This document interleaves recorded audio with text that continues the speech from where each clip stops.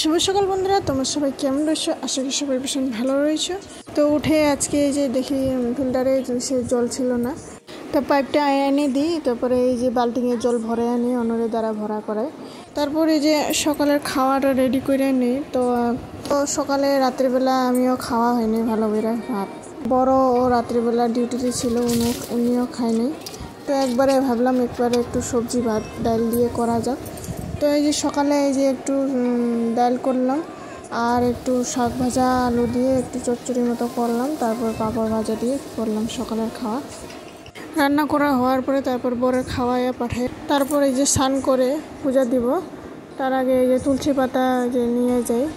এই যে আমার ছোট গার্ডেন তুলসী পাতা, তুলসীর বীজগুলা ফেলাই দিছিলাম, এখানে সুন্দর হয়েছে, দেখুন কত সুন্দর হয়েছে। তারপর এই যে পূজাটা দিয়ে দিই, পূজাটা দেওয়ার পরে তারপর খাওয়াটা এই যে খেয়ে নিই।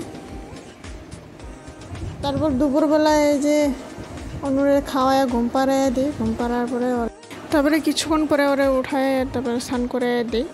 তারপরে এই যে দুপুরের খাওয়াটা রেডি করে নিব। তো লাল শাক ছিল, তো লাল একটু শাক ভাজা আর একটু সয়াবিন আলু দিয়ে সবজি করব। তো এখানে এই যে প্রথমে এই যে যেটা লাল শাক আনছিলাম, তো লাল শাক একটা টমেটো দিয়ে করব।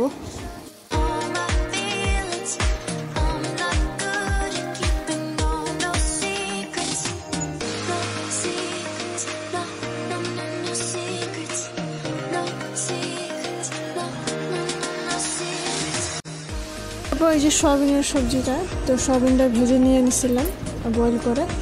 তারপর এই যে যেটা আলুগুলা, তো আলুটাকে আমি প্রথমে সেদ্ধ করে নিয়েছিলাম। তো একটু মশলা দিয়ে ভালোভাবে কষে ভেজে নিয়ে নিব। 2 মিনিট ভেজে নেওয়ার পরে একটু পরে জল দিয়ে দিই। তো বন্ধুরা, ভিডিওটি কেমন হয়েছে একবার লাইক কমেন্ট শেয়ার সাবস্ক্রাইব করে দিয়ে যাবেন। আশা করি নেক্সট ভিডিও দেখাবো। আজকের জন্য টাটা, বাই বাই।